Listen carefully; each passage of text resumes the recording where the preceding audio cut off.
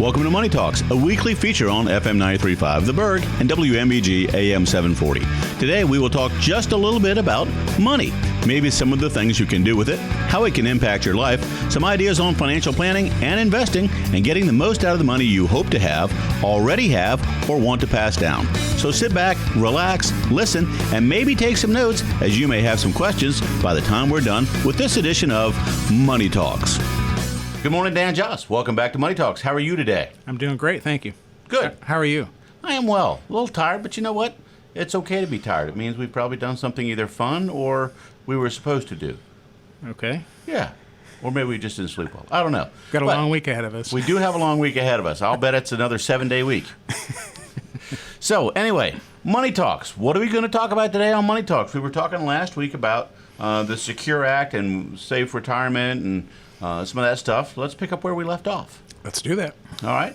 So, there's some changes coming down the pike for our IRAs specifically. The first one is delaying the start of required minimum distributions to age 72. Gives us a couple more years before we have to start taking out of our IRAs. Okay, so the government's going to require us to take money out of our IRAs. Yes. And they currently do that at what age now? Age 70. And they're going to push that back to 72. 72. And that's probably because people are living longer or more frugal, or do we even want to guess what the government's reason is? Yeah, I wouldn't want to try to guess why. Yeah. But it's good for us that we can not have to take some taxable money out for another couple of years. Okay. Secondly, is we can now contribute to our IRAs after age 70 and a half, which we can't do right now. So if I'm a part-time earner in my retirement years, currently I can't, if I'm 71, make an IRA contribution. Wow. But I'll be able to. As long as I have earned income, make some more IRA contributions, which is another good change. Right. Okay. Well, that's nice. They're going to let you put money in. Yep. And grow tax deferred or tax free. And they're going to not require us to take it out for a couple more years. Okay. Well, that sounds like a win-win. Trade-off is our beneficiaries will have to take out the IRA money over a shorter period of time. Okay. But that's a promise. That wasn't a promise made, and so they're not now keeping it. Okay. And that gets that money back out into the economy, churning and doing stuff. Right. Okay. Right. An IRA was for an individual. Okay. And if they've passed away, then there's no deal that they've made with the beneficiaries. And so probably 10 years, or the Senate version is 5 years, we'll have to empty out that IRA. Okay. Good. So that's the flip side of it. Another good thing we talked about last time was they're going to make it easier for employers, several employers, to get together and create a 401k plan, which should lower the cost for each employer. Right now it's fairly expensive to start a 401k, and if we can share the cost with other employers, I think we'll have more 401k plans out there. Okay. One we didn't talk about last time, which I think is interesting, is they're going to prohibit 401k or retirement plans from allowing 401k loans by using your credit card. Right now, some 401k plans, you can swipe your credit card and draw a loan from your 401k. So your 401k, it has a credit card linked to it. That's right. And you can just go to Walmart and buy some groceries, or actually, I'm going to say you can go to a local store, shop local. Sure.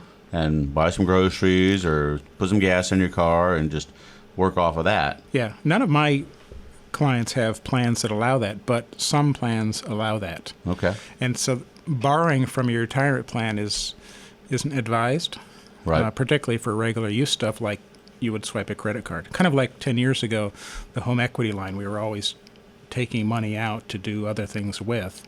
Okay. And we all got in trouble in 2008 with that. Right. And so these changes is going to update that so that retirement plans won't allow that anymore. Okay. Which I think is a good thing. It sounds like it's probably a good thing. I mean, it's a retirement account. It's there for you when you retire. Right. Not really supposed to be there a whole lot other than security for you. And having a loan on your 401k could cause difficulties. If you were to pass away, right. Your spouse or survivor, the beneficiary of that 401k, has to settle that loan before they can get it out, or they take less out. Okay. and so it's not a good thing. No, I wouldn't say it is. Okay. Another thing they're going to talk about is having a disclosure on your 401k statement that estimates what your future monthly income will be. Well, that sounds really useful.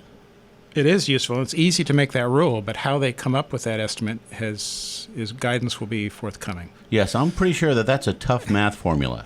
That's past Miss McGillicuddy's math class right there. Well, there's a couple of ways that I would think they'll go about this, and so we'll wait to see what happens. But one is the RMD rules. The RMD meaning required minimum distribution. Yep. So you're paying attention. The IRS has tables that say, based on the balance and your age, here's how much you have to take out annually. And so I think they could tweak that formula as one way to come up with an estimate of what your 401k balance will provide for you in retirement. Okay. Another one is the 4% rule, which is kind of an industry legend, I'll say, right. Where you estimate in your first year of retirement, your IRA balance will 4% of your IRA balance could be safe retirement income. Gotcha. So you have a $1 million IRA. The 4% rule says 40,000 of that could be used every year for your spending in retirement. Okay. Now there's some tweaks to that, and Right. it's not that simple, but I think that's where the IRS may start with their guidance. Right. Okay.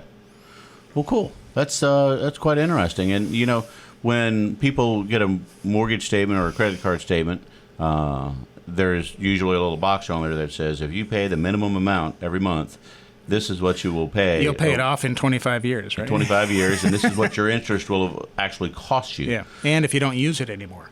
That's usually what people forget. Right. That's if you don't run up any more debt. So that's a pretty interesting concept, because when you look at your retirement statement, your IRA, knowing what it's going to yield is really important. Right. And I think it'll motivate us to either save more, like if my retirement disclosure statement says I'll get $50 a month, I may want to start increasing my 401k contributions so that increases in my retirement. Or learn to like a less expensive beer. Either choice. Either choice. Okay. All right. Well, Dan, Joss, any closing remarks for us?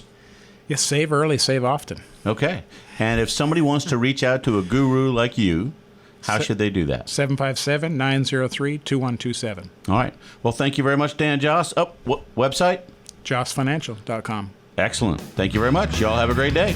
Money Talks is a weekly program presented for the listener's benefit and entertainment. It is provided at no cost to the listener, and the ideas, opinions, and comments are not to be construed as legal advice, tax advice, investment advice, or other advice specific to the listener. Listeners are encouraged to seek the advice of a licensed professional or other qualified party when dealing with financial, legal, tax, medical, investment, insurance, taxidermy, plumbing, electrical, carpentry, real estate, chiropractic, veterinary, oral hygiene, hot air ballooning, etc. We have given you some food for thought. Now, call a licensed professional such as Dan Joss at 757-903-2127. Thanks for listening, and remember, failing to plan is planning to fail.